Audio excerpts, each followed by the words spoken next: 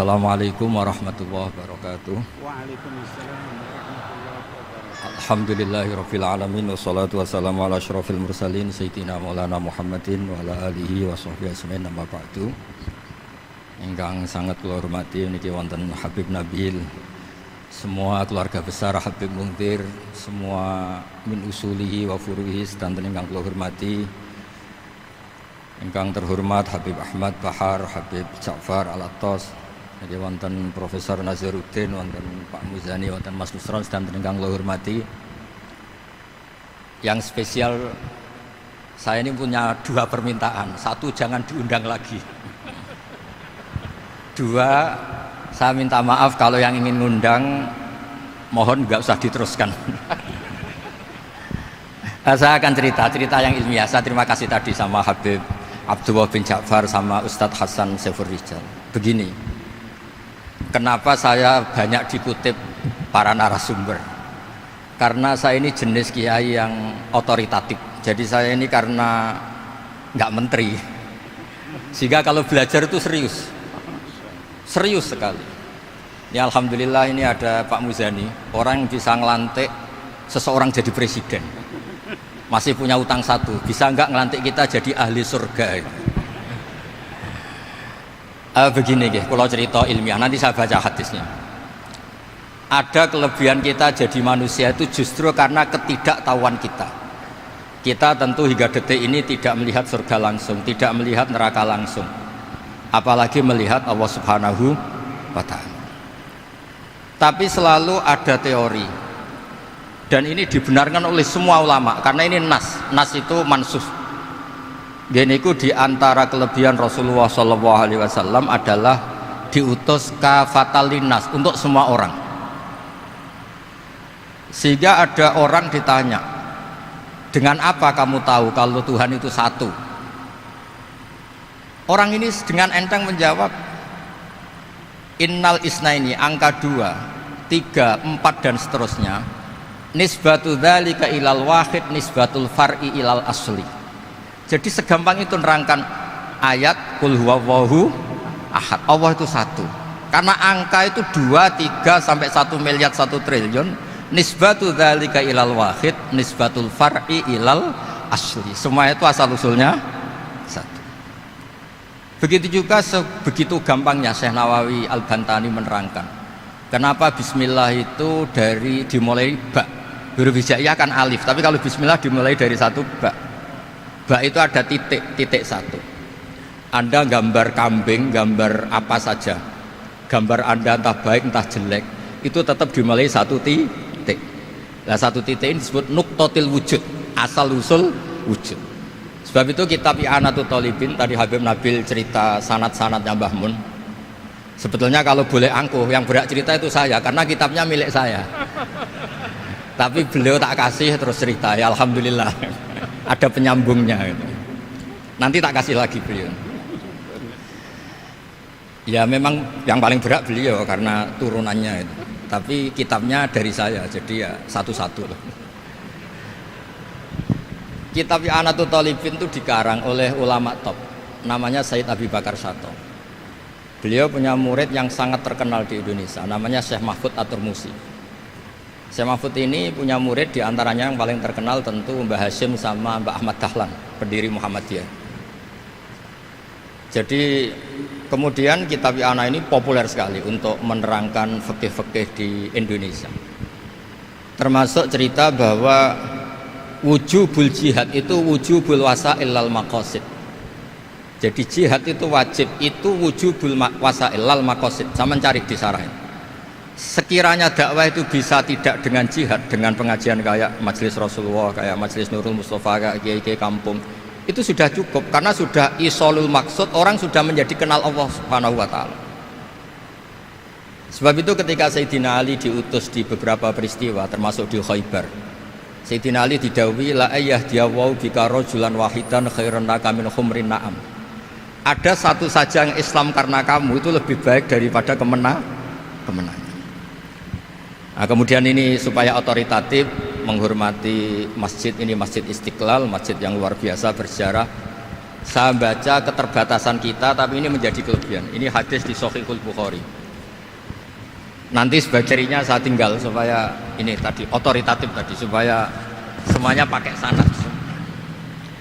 Ini hadis dari Shahihul Bukhari, sehingga Anda tidak perlu tanya ini sahih apa enggak, karena ini di Shahihul Bukhari ikutnya nomor hadisnya itu 6408. Monggo kalau mau dihafal. Biasanya jenengan kan hanya hafal Arba'in Nawawiyah. Ini hadis ini nomor 6408. Ada keterbatasan yang akhirnya menjadi kelebihan kita, yaitu kita tidak tahu Allah Subhanahu wa taala. Suatu saat para malaikat ditanya, apakah mereka yang membaca tasbih di sini, misalnya di Istiqlal ini, ngerti saya? Kata Allah. Kata malaikat, tidak tahu. Fayaqulu hal ra'auni. Qal fayaqulu la wallah ma ra'auka. Qal fayaqulu kaifa la ra'auni. Yaquluna asyadda laka ibadatan wa asyadda laka tamjidan wa aktsara laka tasbihan. Andaikan manusia itu ngerti engkau ya Allah, maka tasbih mereka ini akan lebih dari kita. Saya beri contoh, ini terutama untuk dzurriyyah Rasulullah SAW. Nabi itu manusia, bashar, tapi lakal bashar. Nabi ketika muji Allah Subhanahu wa taala ini supaya kalau sholat jenengan hayati. Misalnya pertama muji begini. Lakal hamdu mil'us samawati wa mil'ul ardi. Kebanyakan di Jawa memang baca pakai rofaknya mil'u. Tapi di beberapa sanad dibaca mil'a, itu urusan i'rab lah. Engkau itu saya puji seluas langit dan bumi, seluas langit dan bumi. Seluas langit dan bumi itu enggak keren. Karena langit ini tetap mahsurah, as-samawat ini apapun luasnya langit itu tetap terbatas. Bumi apapun luasnya juga terbatas. Apa yang diteruskan oleh Rasulullah SAW? Wa mil'u ma syi'ta min syai'im ba'd. Dan pujian saya ini ya Allah sesuai kehendakmu, sejumlah kehendakmu. Karena ini yang tidak terbatas. Begitu juga ketika Nabi dengan keterbatasan sebagai manusia, bukan sebagai habibullah, atas nama manusia. Nabi itu punya dua sisi, kadang sebagai bashar, kadang sebagai habibullah, dan sama-sama penting untuk mengawal Islam ini. Saya ulang lagi, sama-sama penting untuk mengawal Islam ini. Ketika Nabi sebagai bashar ngendikan begini, la nuhsi Allahumma lakal hamdu hamda yuwafi ni'amaka, misalnya pakai mukhatab, wa yukafi mazidak. Saya memuji engkau ya Allah dengan pujian yang sesuai jumlah nikmatmu, wa yukafi mazidak, dan bisa berserasian dengan tambahan-tambahan nikmatmu.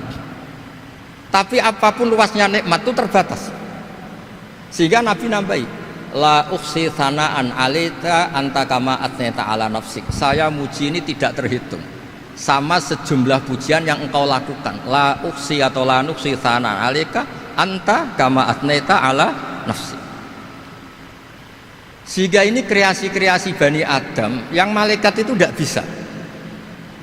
Saya ulang lagi, ini kreasi-kreasi Bani Adam yang bakat malaikat itu tidak bisa. Ini saya baca di kitab Fathul Bari, ini sarahnya kitab Bukhari. Kata Imam, ini saya ulang lagi, ini kata Imam Ibnu Hajar al-Asqalani, pensarah terbaik Bukhari. Jadi Shahihul Bukhari itu punya sarah paling terkenal namanya Fathul Bari.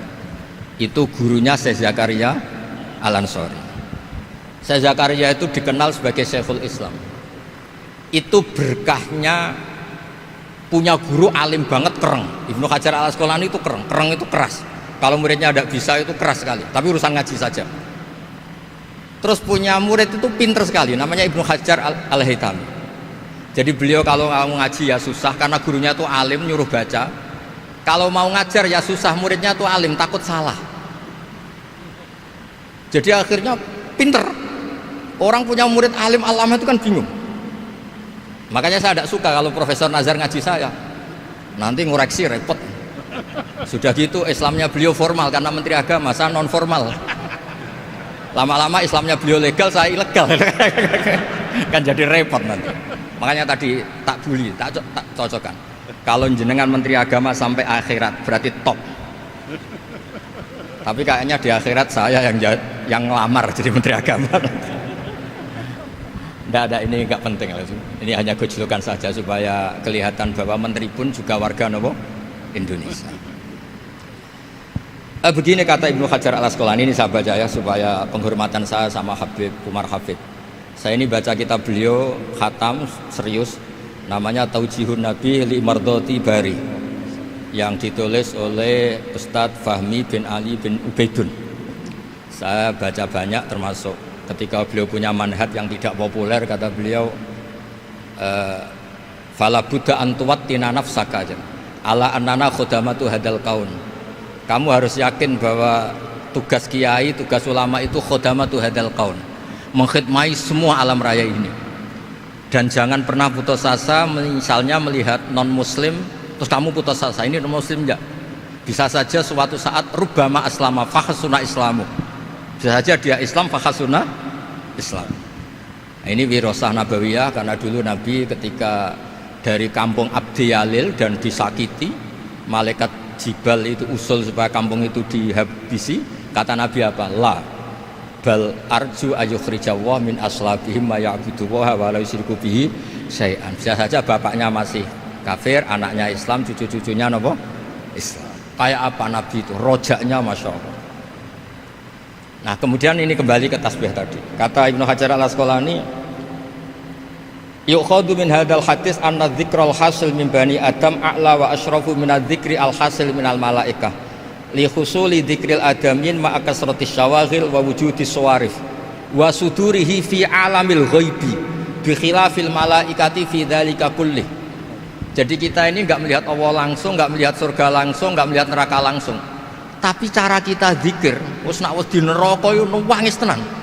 Padahal yo ora mesti mlebu neraka, lha nuwangis tenanan. Kayak apa iman kita? Nah, iman seperti ini sesuai kriteria awal sing dikersana Allah, alladzina yu'minuna bil ghaib. Maka andekan saya ini kok dikasih mukasyafah sama Allah untuk melihat surga, saya milih enggak melihat supaya ngikuti yang tetap ghaib. Nanti kalau saya melihat langsung kemudian iman, kata Allah, akeh tunggali aku iman mau melihat itu. Jadi kadang-kadang keterbatasan kita ini penting. Makanya masyhur Nabi pernah ngendikan tuba liman ro'ani wa amanabi, tapi wa tuba liman lam yaroni wa amanabi. Kalau orang melihat saya kemudian iman itu biasa. Ini orang zaman akhir tidak melihat saya tapi iman. Kadang-kadang itu enggak lewat Habib yang ganteng itu enggak, lewat Mudin. Mudin di kampung rapati di duwe, ngono iku mulang tauhid ya mandi. Islam itu digawa Habib ya mandi, digawa menteri ya mandi, digawa Mudin ya mandi.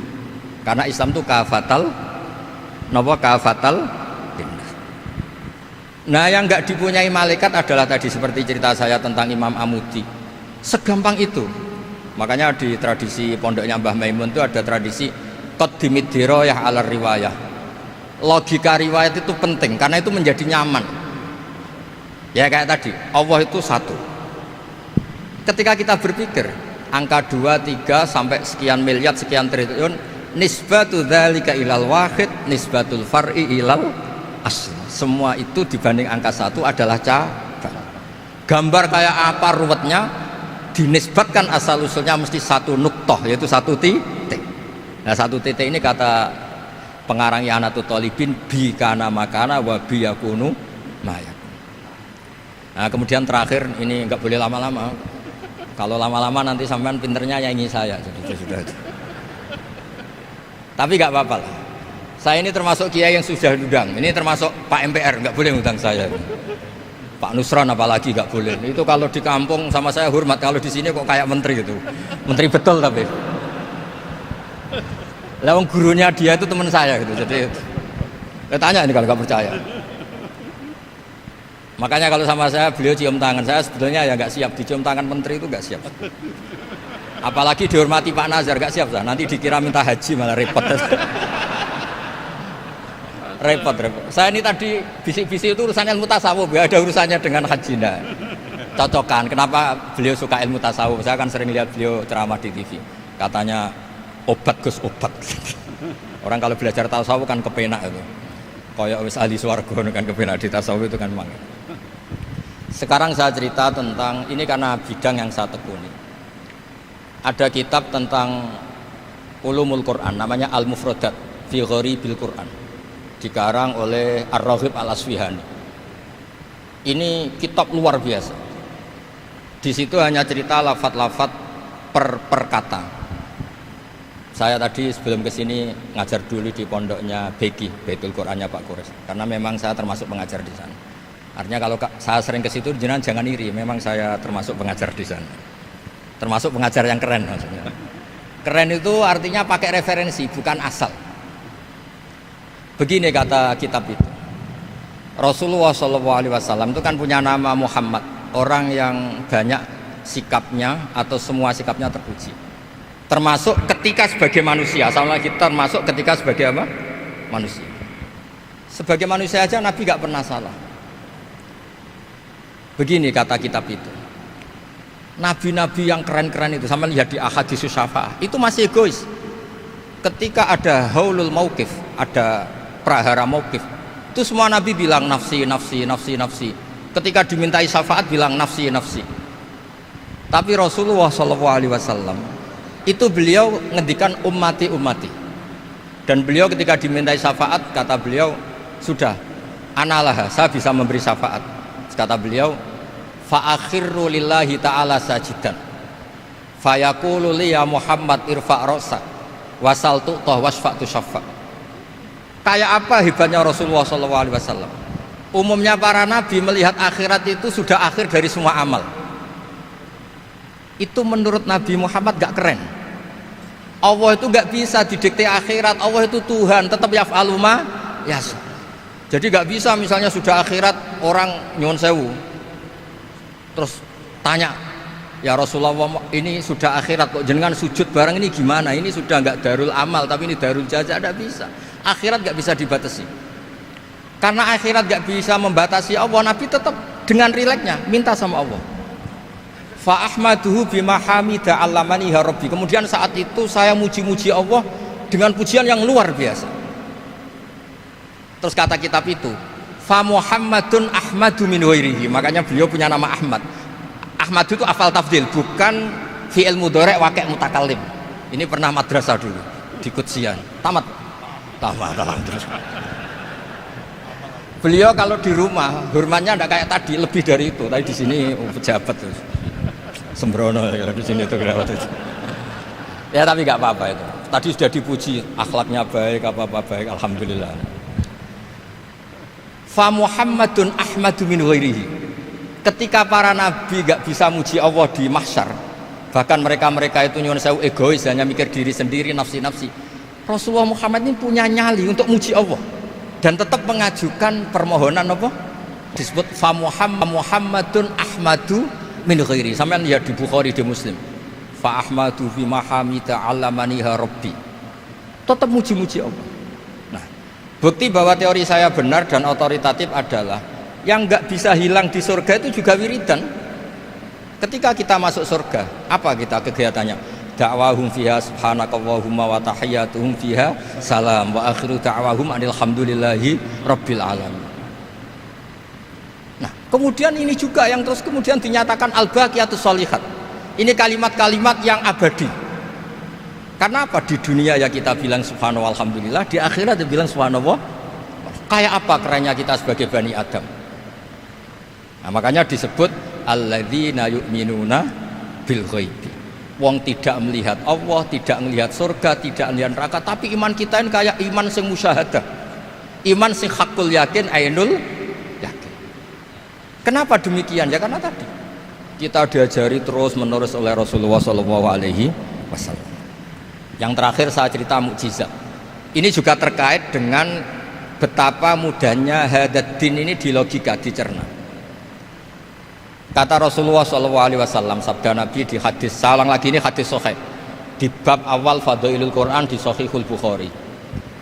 Dicek kalau nggak percaya dicek. Ma minal anbiya'i nabiyyun illa u'tiya minal ayati ma misluhu amana alaihil bashar. Wa innama kana alladzi utitu wahyan auhahu wa ilayya fa arju an akuna aktsarahum tabi'an yaumal qiyamah. Enggak ada nabi kemudian kecuali dikasih wahyu, dikasih mukjizat. Dan mukjizat ini dahsyat sehingga orang itu dipaksa iman. Kayak Nabi Soleh, ada unta besar keluar dari batu. Nabi Musa punya tongkat di apa? Dipukulkan ke Laut Merah langsung apa? Menyibak jadi daratan. Tapi kata Nabi Muhammad SAW, saya itu tidak punya mukjizat kayak itu, juga gak ingin. Saya ini dikasih mukjizat Al-Quran, dan saya berharap karena mukjizat Quran ini adalah terus kemudian umatku menjadi yang terbanyak ila yaumil ya. Sekarang kita berlogika, ini kata kitab Fathul Bari lagi, kita berlogika, a'jaza yu'jizu i'jazan, sesuatu yang menjadikan orang lain gak mampu disebut i'jaz. Kemudian karena ayat menjadi mukjizat, sesuatu yang kita sepakat tidak mampu. Nah kalau itu masalahnya, tongkat dipukulkan laut kemudian menjadi kering, kita mampu enggak? Enggak kan? Tapi pertanyaannya, Anda bikin nyamuk mampu enggak? Enggak kan? Anda bikin sapi, bikin unta mampu enggak? Enggak kan? Makanya Nabi Muhammad SAW cukup, sudahlah kamu itu manusia, bahkan sekedar menciptakan lalat itu udah bisa. Inna wuhala yastahi ayyadriba masalam ma'aba'udatan. Kemudian mukjizat ini sama Nabi dicontohkan hal-hal yang keseharian kita. Wa min ayatihil lailu wan naharu wasyamsu wal qamar. Sekarang peristiwa laut dibelah Nabi Musa dengan matahari yang nggak pernah turun mesin, itu keren mana coba? Keren matahari yang nggak pernah turun mesin. Terus kata Ibnu Hajar al-Asqalani, li'annal mu'jizat al-madiyah kanat khisyatan tusyahadu bil absor kana qati soleh wa asa Musa wa mu'jizatul Qur'an tusyahadu bil basirah fakana man yattabi'uhu atau yatba'uhu li ajliha aksar fa innal ladhi yusyahadu bil absor yang qaridu bingkiradi musyahidihi wal ladhi yusyahadu bil basirah bakin, ya saya ulang lagi, bakin, ya bagian terus disaksikan orang sing ja'a badal awali mustamirron. Begini logikanya, mukjizat kayak nakoti soleh atau aso Musa yang terkenal, saya andaikan jadi umatnya Nabi Musa terus dikasih tongkat itu, terus bisa apa coba? Ketika kita punya utang disuruh nyaur, ya nggak bisa dipakai jaminan kan. Sudah gitu orang tanya ini asli apa enggak, kalau asli buktikan, kan ya repot. Tapi kalau kita jadi umatnya Rasulullah SAW ditunggoni Quran, punya banyak masalah resepnya sabar. Kalau nggak bisa sabar ya nyari kiai-kiai tukang ijazah nak menodungannya mandi. Karena orang mensifati Allah itu macam-macam. Makanya saya pastikan nggak ada agama yang mengajarkan rasional kayak agama apa? Islam. Makanya liqaumi yaqilun liqaumi yatafakkarun. Coba misalnya nyamuk. Kamu bikin nyamuk tidak bisa kan? Nyamuk punya organ tubuh kecil, organ tubuhnya punya urat. Kamu mikirnya kayak apa? Sekedar bikin patungnya saja tidak bisa, apalagi bikin nyamuk. Jadi untuk mengakui kudrohnya Allah yang tidak terbatas dan kita lemah, itu tidak usah nunggu peristiwa kayak terbelahnya laut. Cukup wa ma min dabatin fil ardi wala ta'ir yatiru bi janahihi illa umamun amsalukum inna fi khalqis samawati wal ardi waqtilafil laili wan nahar, seterusnya la ayatil liqaumi yaqil. Nah gara-gara pola yang diajarkan Nabi itu ila yaumil qiyamah orang tetap Islam karena nyaman dengan kepastian mukjizat ini baqiyah ila yaumil qiyamah. Itu kayak apa baiknya Nabi. Makanya saya suka tadi burda yang dibaca, ada ulama kayak Muhammad bin Said Al-Busiri yang ngarang burda. Itu kalau berpikir itu sederhana, ngeten lho Gusti, malah nerangno pangeran. Lama da'awa da'ina li ta'ati bi akramir rusli kuna akramal umami. Ngeten lho Gusti, karena Rasul Muhammad itu terbaik, ya logikanya umatnya juga terbaik. Jadi lama da'awa da'ina li ta'atihi bi akramir rusli mesti kuna akramal umami. Jadi burda ini saking manjanya sama Allah sampai bilang gini, wala yadhiqa Rasulullah jahuka bi idzal karimu tajalla bismimun takim. Ya Allah, engkau telah menamai Nabi engkau itu Raufur Rahim, yang penuh kasih sayang, yang sohibus syafa'ah. Maka ketika engkau ingin nyiksa kami dengan alasan engkau ini al-muntakim, dat yang bisa nyiksa orang maksiat, jenengan harus ingat ya Allah bahwa Nabi kita itu Nabi yang engkau gelari Raufur Rahim. Ya kalau gitu jangan jadi nyiksa. Terus gunanya apa digelari Raufur Rahim ra iso nyafaati gitu. Itu jenenge wala yadhiqa Rasulullah jahuka bi idzal karimu tajalla bismillah. Terus fa inna min judika dunya wa darrataha wa min ulumika ilmal lauhi wal qalam. Dan itu juga yang dibuktikan Rasulullah SAW. Sampai beliau ngendikan likulli nabiyyin da'watun mustajabah wa akhtabi da'wati syafa'atan ummati yaumal kiamah. Semua nabi itu punya doa yang mustajab dan semuanya sudah dipakai di dunia. Tapi saya menyimpan jatah itu supaya saya tetap punya hak syafa'ah fi yaumil kiamah. Dan ini bukti-bukti bahwa ilmu yang selama ini diajarkan para habaib, para kiai itu otoritatif. Saya hanya bantu jenengan memastikan kalau hadis itu sahih dimaknai oleh ulama-ulama yang kredibel. Ya, perjanjian terakhir tadi, saya ini termasuk kiai yang sergap. Tanya Mas Nusron, Pak Muzani juga pernah ke rumah saya. Meja saya itu isinya ya kitab. Habib Nabil pernah ke kamar, isinya kitab. Jadi kalau jenengan ngundang saya itu berhadapan-hadapan sama hukumnya Allah, yaitu ganggu orang belajar gitu aja. Mohon ngoten mawon. Assalamualaikum warahmatullahi wabarakatuh.